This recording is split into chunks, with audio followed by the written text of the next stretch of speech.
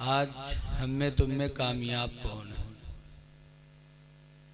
आज अगर किसी की कंपनी चल जाए, भट्ठा चल जाए, इलेक्शन में जीत जाए, नौकरी सरकारी मिल जाए, 10 आदमी सुबह शाम आके दरवाजे बैठे हैं, तो हम लोग समझते हैं कि सबसे बड़ा कामयाब वही है। लेकिन कुरान हकीम में किसको कामयाब बताया गया? अल्लाह फरमाता है, मन युतिल्लाह व रसूला, जिसने अल्लाह और अल्लाह के रसूल की फर्मा बरदारी कर ले, फ़क़द फ़ाज़ फ़ौज़न अज़ीमा, तो बहुत बड़ा कामयाब हो गया। अल्लाह अल्लाह के रसूल की फर्मा बरदारी ही में सबसे बड़ी कामयाबी है। ऐ लोगों, ज़रा सोचो तो सही कि आज हम अल्लाह की इताअत कितना करते हैं, रसूल की इताअत कितनी करते हैं। हमारा सोना उठना बैठना ये हमारा किस तरह है?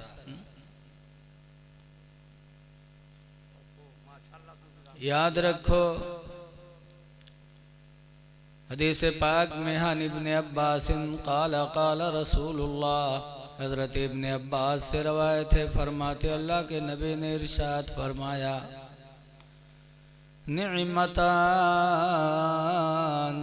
सरकार फरमाते हैं दो नेमतें ऐसी हैं, मग़बूनुन फ़ीहिमा कसीरुम मिनन नास, कि उन दो नेमतों की तमन्ना अक्सर लोग करते रहते हैं। दो नेमतें ऐसी, नंबर 1 पर हुज़ूर फरमाते हैं सेहतो, सेहत तंदुरुस्ती, यह ऐसी नेमत है कि जिसकी तमन्ना हर इंसान करता रहता है। बोलो, सेहत बहुत बड़ी नेमत है। इसीलिए जब ये मिल जाए तो इसकी हिफाजत करनी चाहिए, वरना इस नेमत के जाने के बाद सिवाय अफसोस के सिवा कुछ भी नहीं है। इसलिए सेहत मिल जाए तो उसकी कदर करो। बहुत से लोग सेहत पाने के बाद नशा करने लगते, अय्याशी करने लगते, और चंद दिनों के बाद उनकी सेहत उनसे रुखसत हो जाती है, फिर वो जिंदगी भर अफसोस के सिवा कुछ नहीं। ऐ लोगों, सेहत बहुत बड़ी नेमत है, इसकी हिफाजत करो। लेकिन आज देखा जाता है पुकार गुटखा खाए खाए के इतना अपने आप को बेकार कर देते। फेफड़ा तो खराब हुए थे, मुँह खुला थे तो लागत है भुजवा के भार हो, करिया करिया लुखेटा। अरे सेहत और खूबसूरती ये दोनों खुदा की नेमत है। कहा गया सूरुल मोमिन शिफा, उनकी मोमिन का जूठा शिफा है। आवाज मुंह इतना गंदा कर लेते कि कोई मोमिन किसी मोमिन का जूठा खाने के लिए तैयार नहीं। बोलो, एक थाल में 2-4 लोग बैठ के खाएं, ये सहाबा की सुन्नत है। लेकिन अगर आज एक थाल में 2-4 मिलक बैठाए दो तो मेढ़ी मेढ़ियों में दिखाई, सब मेढ़ी बांधे रही है कि उके एक जूठा चावल हमरे लग ना आवे, और ख्वाहिश रहे वो के बावजूद उठ पड़ी है, क्या हमका नहीं भूख है, काहे उके झूठ को नाम रे लगाए जाए। आज मुसलमान के झूठ से कतराता है। ऐ लोगों, अपने मुंह को साफ रखो ताकि तुम्हारा जूठा कोई दूसरा मुसलमान खाए, उसको बीमारियों से शिफा मिल जाए। लेकिन आज मुंह के इतनी हालत है कि लगत है कि जूठा खाए ले तो टीबी हुई। कोई किसी का जूठा खाने के लिए तैयार नहीं।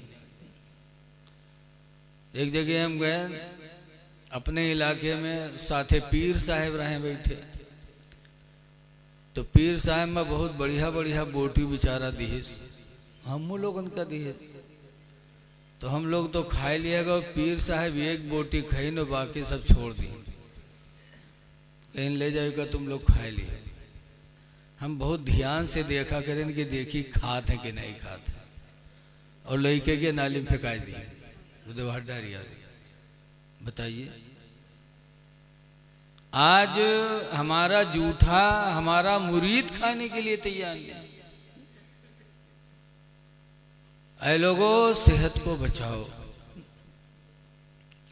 हुजूर फरमाते हैं सेहत ऐसी नेमत है जिसकी तमन्ना अक्सर लोग करते रहते हैं। दूसरे नंबर पर फरमाया वल फरागतो, और फरागत यानी फुर्सत। अल्लाह आपको फरागत दे दे, फुर्सत दे दे, नमाज पढ़ने, तिलावत कुरान करने की, नेकी करने की अल्लाह फरागत दे दे तो खुदा का शुक्र अदा करो। ऐसे हलाल रोज़ी कमाने के लिए अल्लाह ताला फरागत दे दे, फुर्सत दे दे तो भी खुदा का शुक्र अदा किया करो। फरागत मिल जाए तो दो नेमतें ऐसी हैं, एक सेहत और एक वक्त।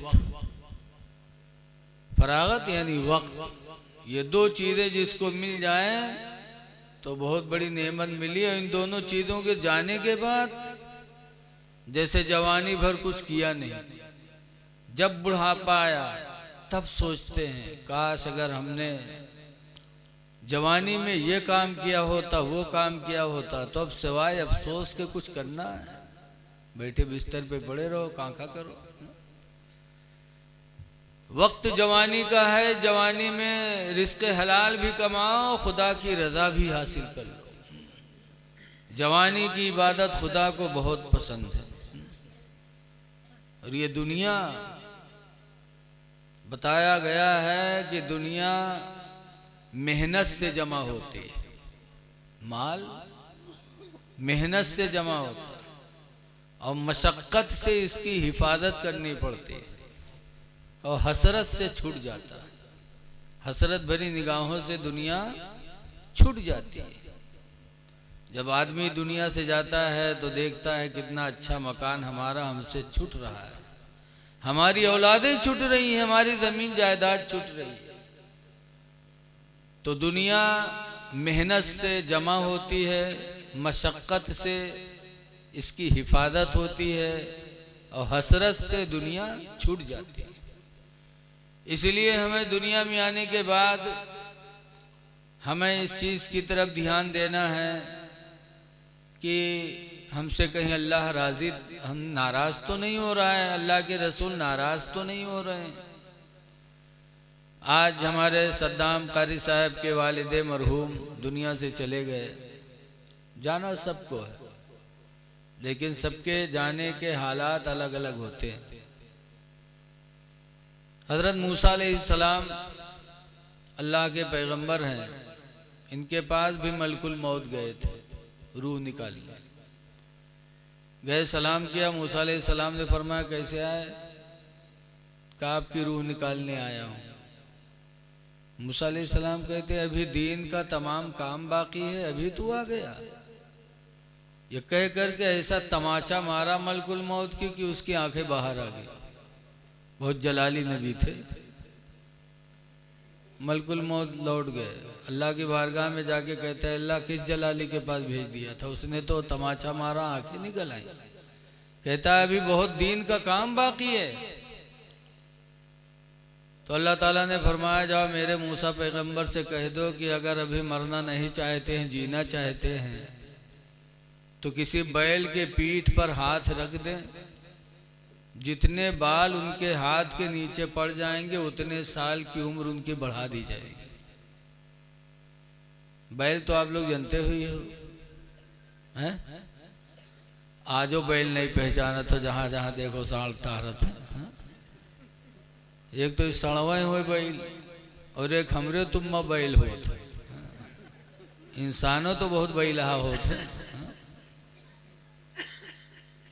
हमारे उधर एक मदरसा चलता है पिरबितनी दरगाह पे, उसके मोहतमिम मौलाना अली हसन फारूकी साहब थे। पान खाए टहल रहे थे मदरसे में, थूकने की हाजत हुई तो एक बच्चे से कहें दे जा उगलदान उठा लो कमरा में से। उगलदान आप लोग जाना था, गोल गोल हो तो जमा थुक्का जाता, कहने जा कमरा में उगलदान रखा उठा लो। तो देहात के लड़का, अक्सर मदरसा में देहात के लड़का रहते हैं, गवा कमरा में यहाँ ढूंढ के चला हुआ, पहचानते नहीं रहा है। कहीं सजा तुम उगलदान नहीं है, कहीं न जा उसी में है, जा देख तो। दोबारा फिर गवा बेचारा फिर टाट टूट चला हुआ, कहीं सजा तुम्हारा नाई है।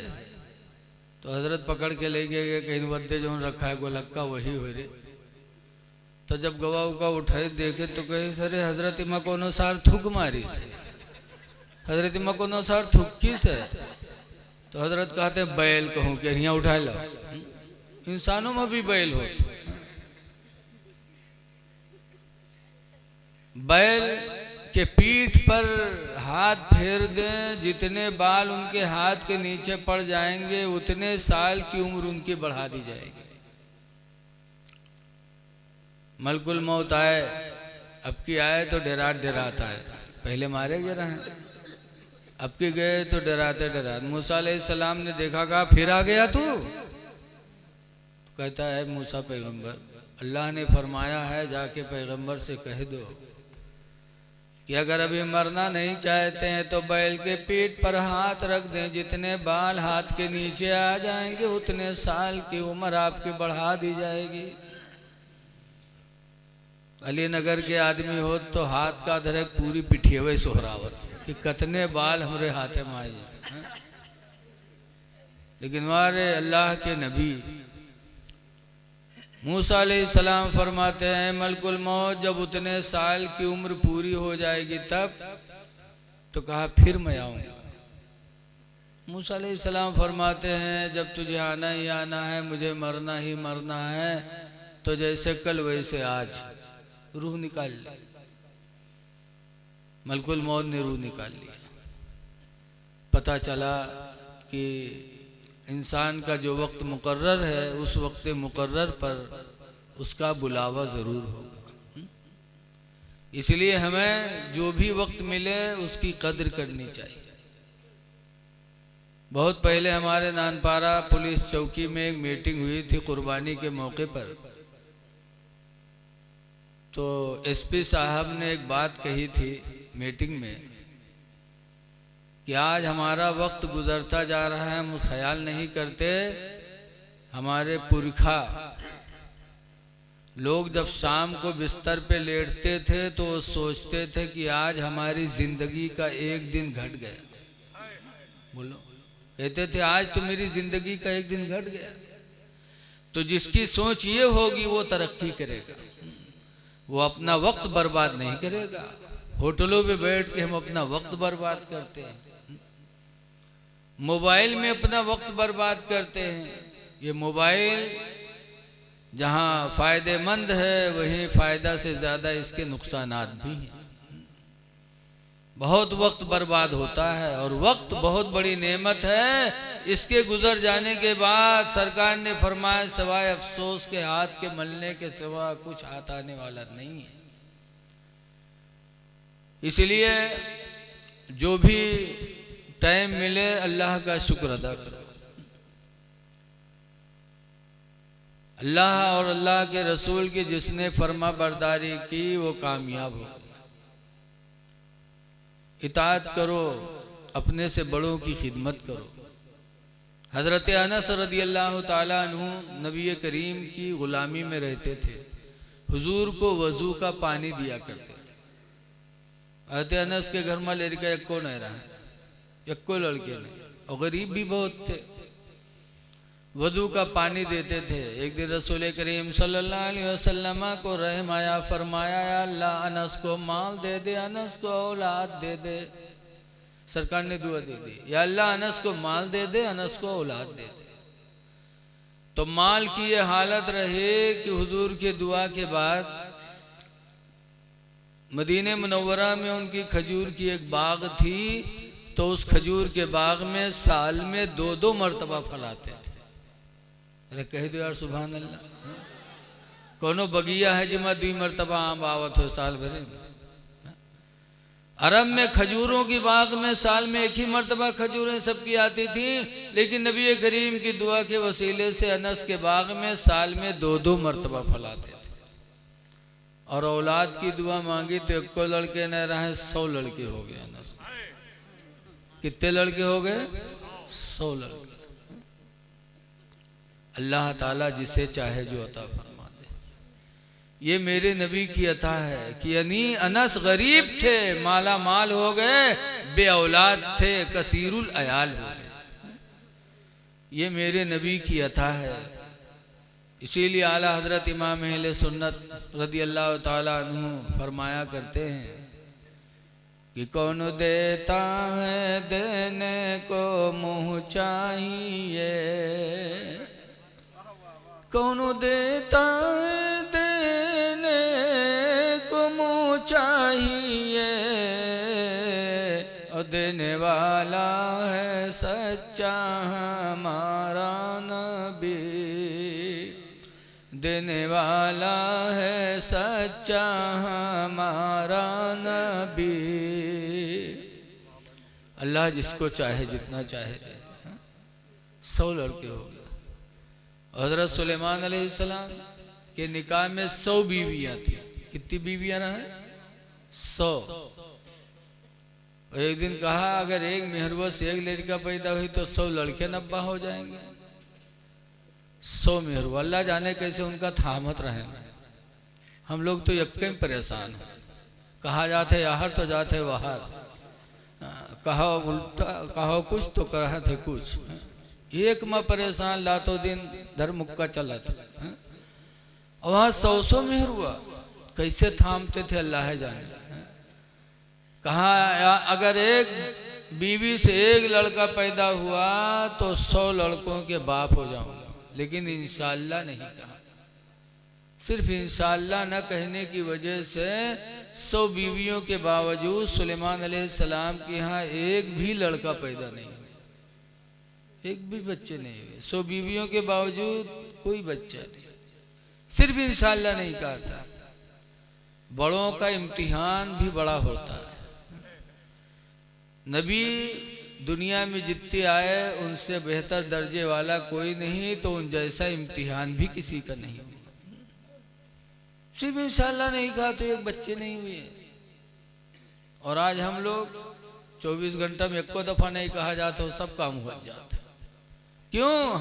हम उस लायक नहीं है कि अल्लाह हमारी पकड़ करे। हर काम खुदा की मर्जी पर छोड़ा करो। लेकिन आज कुछ लोग हैं जो समझते हैं असबाब पर ऐसा भरोसा रखते। असबाब पे निगाह नहीं होनी चाहिए, मुसब्बिबुल असबाब पर निगाह होना चाहिए, जो असबाब को पैदा करने वाला। हजरत इब्राहीम अलैहिस्सलाम की बीवी हजरत हाजरा का ईमान देखो कि जब उनको और उनके बेटे इस्माइल को मक्का के जंगल में छोड़ के इब्राहीम चले थे, तो हजरत हाजरा ने अपने शौहर इब्राहीम के कदमों को पकड़ा था। कहा था मेरे प्यारे शौहर, कौन सी गलती हो गई कि जंगल में मुझे मेरे बच्चे इस्माइल को छोड़ के जा रहे हो? यहाँ खाने के लिए दाना नहीं, पीने के लिए पानी नहीं, इसी जंगल में दरिंदे भी हैं, शेर भी हैं। अल्लाह के पैगंबर, कौन सी गलती हो गई कि जंगल में मुझे मेरी औलाद को छोड़ के जा रहे हो? लेकिन इब्राहीम खामोश। जब कुछ जवाब नहीं दिया तो हजरत हाजरा ने कहा था कि इब्राहीम कुछ बोलो, खुदा का हुक्म तो नहीं है? जब कहा खुदा का हुक्म है तो इब्राहीम अलैहिस्सलाम ने इशारा फरमाया कि हाँ खुदा ही का हुक्म। फौरन हजरत हाजरा ने पैरों को छोड़ दिया था। कहा था इब्राहीम पैगंबर, अगर खुदा का हुक्म है तो तुम शौक से जाओ, मुझे कोई फिक्र नहीं है।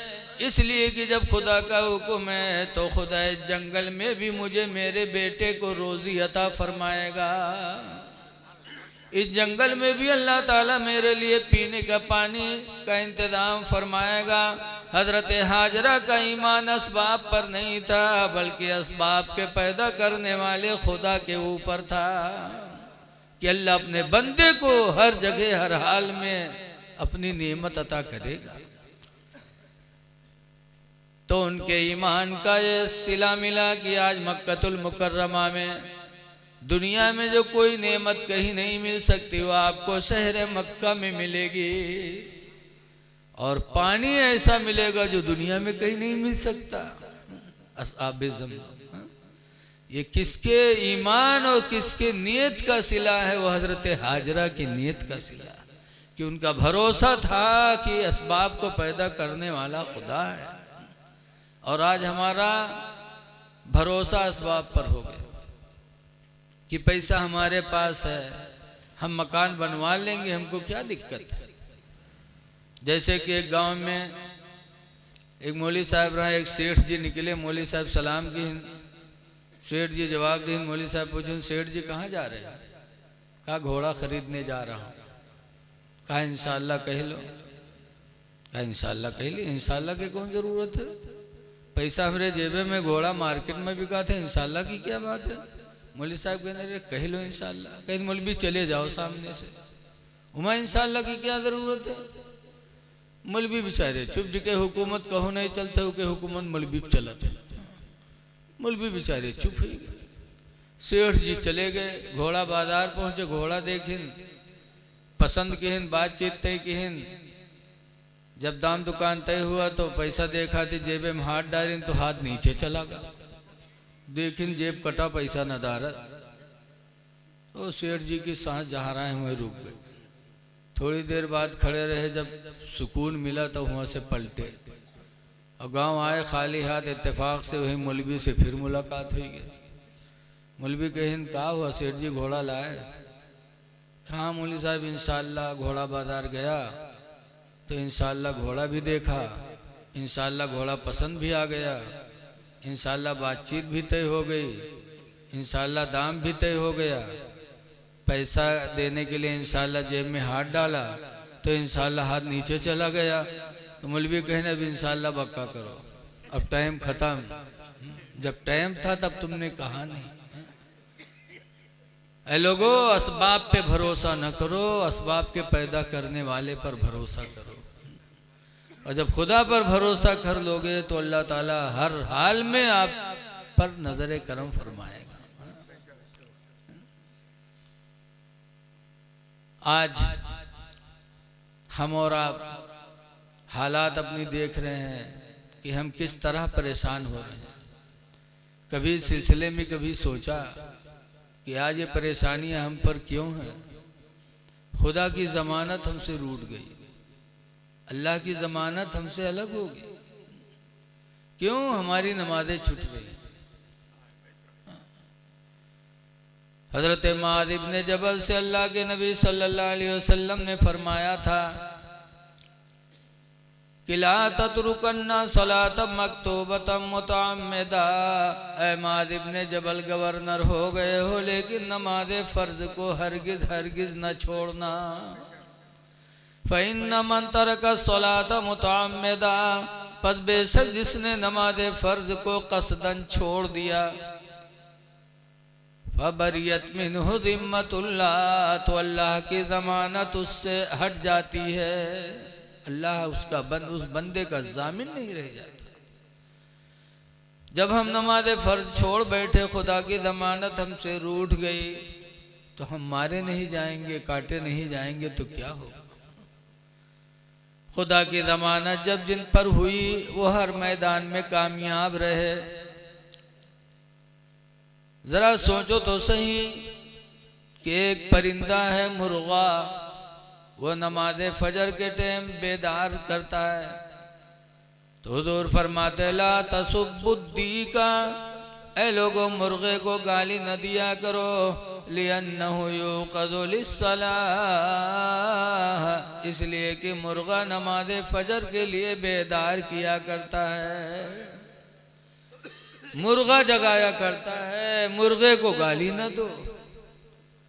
बहुत से लोग मुर्गे को भी गाली दे देते, जहाँ सुबह कुकरू को करे लगे कहीं सार सोए नहीं देखा काट के सारे खाई लिए। अरे कम से कम एहसान मानो मुर्गे का कि नमाज फजर के लिए तुम्हें बेदार कर रहा है। जब एक मुर्गा होकर के नमाज के लिए जगा दे तो उसका दर्जा इतना बुलंद, और अगर कोई मोमिन मुसलमान होकर के सुबह नमाज फजर के लिए अज़ान दे दे तो उसका दर्जा कितना बुलंद होगा। मुसलमान होकर मुअज्जिन का दर्जा वैसे ही बुलंद है। हदीस पाक में अन मुआविया काला समेत रसूलुल्लाह सल्लल्लाहु अलैहि वसल्लम, हजरत मेरे माविया से रवायत है, फरमाते अल्लाह के रसूल ने इरशाद फरमाया, मन अज़्ज़ना, जिसने अज़ान पुकारे, फ़कुतिब लहू बरातुम मिनन नार, तो उसके लिए जहन्नम से निजात का परवाना लिख दिया जाता। तो अज़ान देने वाले को बुरा कहना, जब मुर्गे को बुरा कहने से मेरे पैगम्बर ने मना किया, तो मस्जिद के मुअज्जिन या इमाम की बुराई करना कितना बड़ा गुनाह होगा। हदीस पाक में अल इमाम ज़ामिनुन, इमाम तुम्हारी नमाजों का ज़ामिन है, वल मुअज्जिन मोतमिनुन, और अज़ान देने वाला तुम्हारी नमाजों का अमीन है। इसलिए लोगों अपने महल्ले के इमाम की कद्र करो, अपने मस्जिद के मुअज्जिन की कद्र करो। नमाज ही हमारी तुम्हारी कामयाबी की जमानत का जरिया है। इस पुरफतन दौर में हमको अपने अखलाक की तरफ भी ध्यान देना है। आजकल देखा जाता है बहुत से लोग दीन से हटे हैं, फिर भी अल्लाह ताला उन पर अपनी नेमतें उतार रहा है, तो समझते हैं कि हम हक पर हैं, हालांकि हक पे नहीं है। अल्लाह ताला की तरफ से छूट है उनके लिए, जो मस्जिदों से दूर, मदरसों से दूर, फिर भी दौलत उन पर बरस रही है, तो ये समझ रहे हैं कि जो कुछ हम कर रहे हैं सही कर रहे हैं। सही नहीं है।